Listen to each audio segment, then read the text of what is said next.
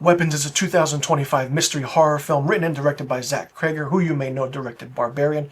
The movie runs for 128 minutes long and has a budget of $38 million.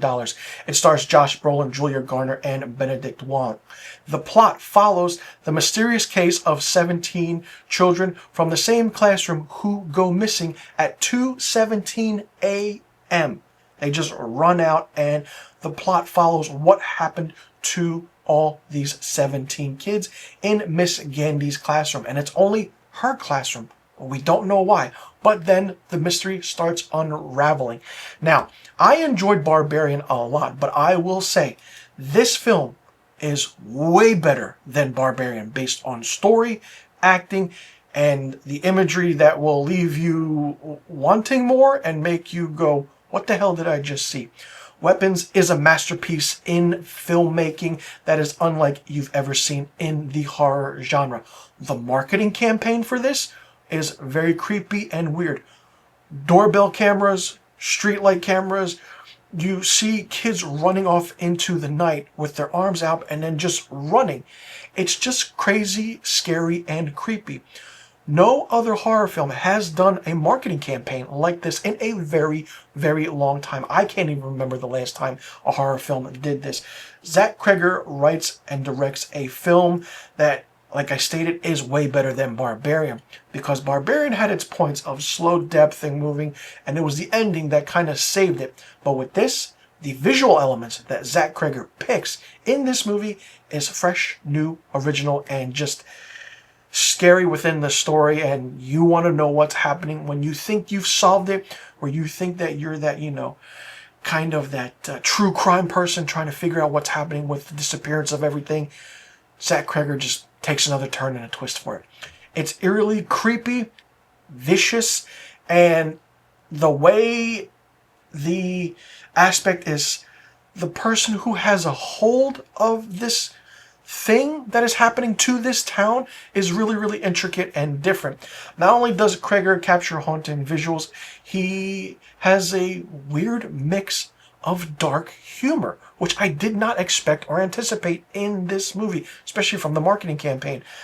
But it worked very, very well. The marketing and how the humor works is just different.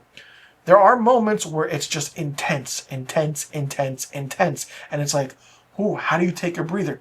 Cregger puts in the dark humor, and it's like, why did that work so well? And then you're trying to figure out, should you laugh at these parts? Should you not laugh at these parts? It's a film that is very, very uneasy, especially with one character named Gladys, who I will just say is just creepy in and of itself, and she has a story and a backstory.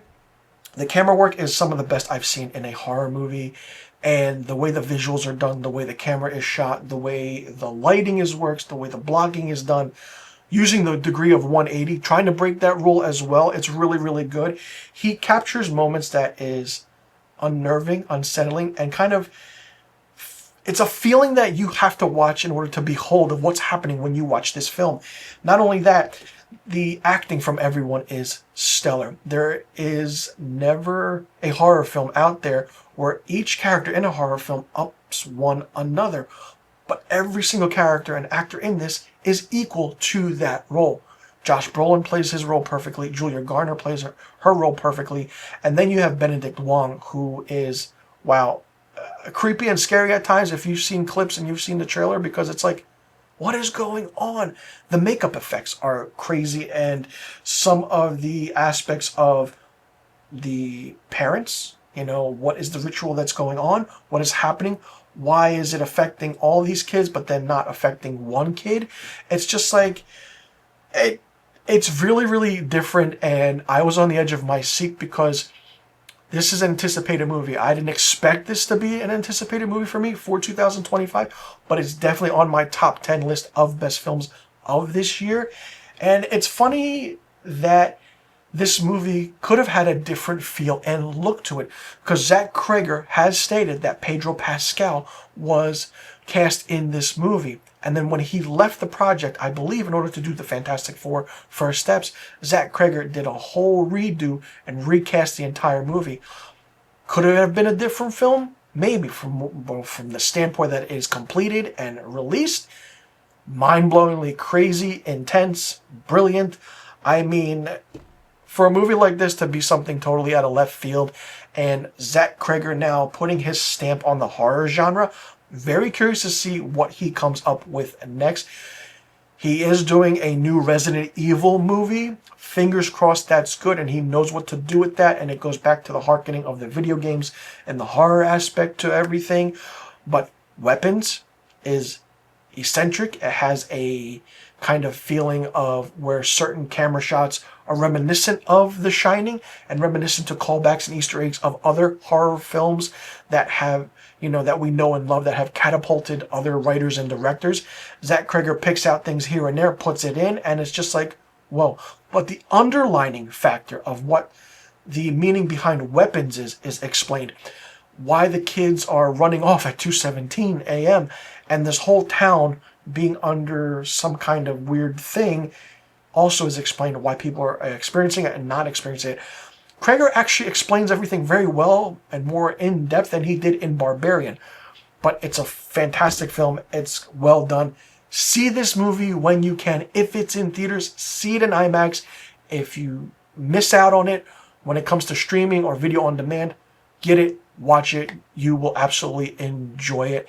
And it's a blast. And it's a fantastic horror movie that I didn't expect. But the marketing brought me in. And then I absolutely loved how it was done.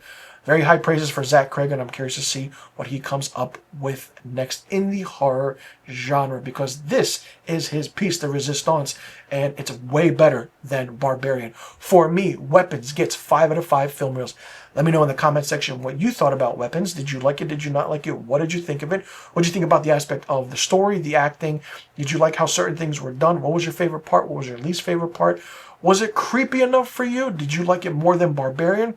And what do you think this whole meaning is behind Weapons and the underlining factor of what this movie actually is and how Zach Cregger is telling a story?